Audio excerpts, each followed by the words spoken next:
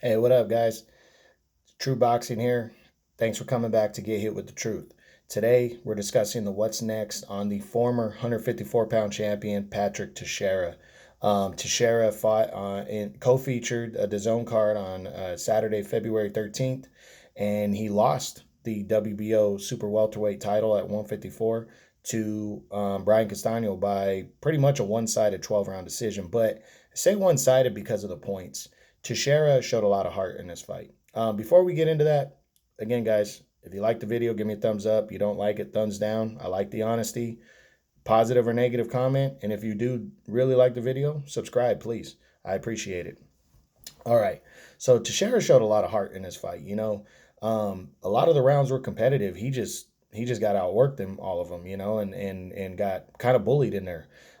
He was landing his shots though. He backed Castano up a couple times, but Castano just so technically sound and with his style, coming forward, moving side to side, hitting from angles. I mean, Teixeira just couldn't keep up with them. He fought hard, he did the best he could, but just couldn't keep up with them. But showed a lot of heart, went the distance. I thought Castano was going to stop him a couple times, but he kept fighting. He stayed in there, and to me, he kept me believing that any one punch could end the fight if he were to land it clean. And Castano just had an iron chin, so much props to Castano. He fought like a warrior. And but Teixeira showed a lot of heart. So now the big question after that loss is what's next for Patrick Teixeira? Well, I got Teixeira probably dropping to number 10. I got to wait for my quarter, my first quarter top 10s when I reevaluate everything. As of right now, I got him at number 10. It's kind of unclear because I really don't think there's any solid choices for him in the top 10 right now. Coming off this loss, some of it's going to be because he doesn't want to fight a top tier guy next, probably. And the other reason is because he's with Golden Boy, and all the top 9 guys are with the PBC. So I'm gonna run through it, but to me, there's really no real options that But we'll see. We'll throw it out there. So we start with number 1, unified champ Jermell Charlo. No point. Charlo wouldn't take this fight, even if it could be made. Would make no sense. Number 2, Castano in a rematch. Castano doesn't need to fight him again. He pretty much beat him and beat him soundly, so there wouldn't be a reason for it. So no. Number 3, Jarrett Hurd. I mean, if the fight could be made, I think Hurd might be down for the fight just because Teixeira's a former champ, but because Hurd's with the PBC, I mean, I just don't see it. It sucks, but I don't see it. Number 4, Erislandy Lara. No. Why? Lara, it would make no sense for Lara. And I think stylistically, it might be a tough matchup for Lara here. You got another southpaw who can hit hard in Teixeira. I don't think it would make sense. And Lara's a PBC guy, no point. Number 5, Jason Rosario.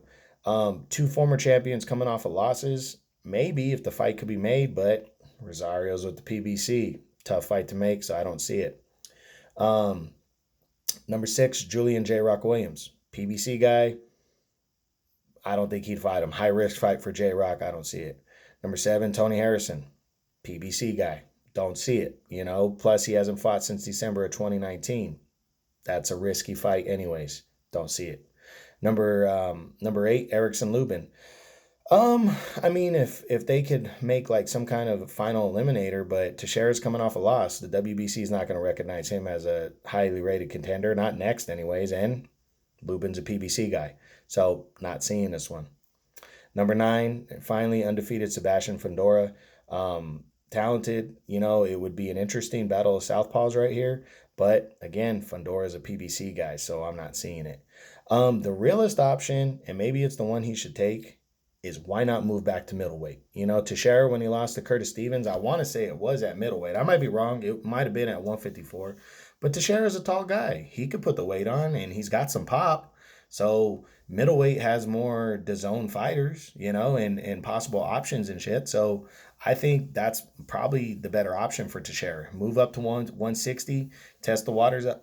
Test the waters out there. I mean, I'm sure Golden Boy can get him decent fights and workable fights at 160 rather than 154 where there's really nobody, and go from there. I mean, even Liam Smith might be an option who's not in the top 10 at 154, who's kind of considering 154, 160. There's Jesse Vargas. Jesse Vargas plans on moving up. He's with DAZN and Matchroom. So those are options. But coming out that loss, not a lot of options for Patrick Teixeira. Tough break, but we got to wait and see. Teixeira's a good fighter. We got to wait and see. But that's it, guys.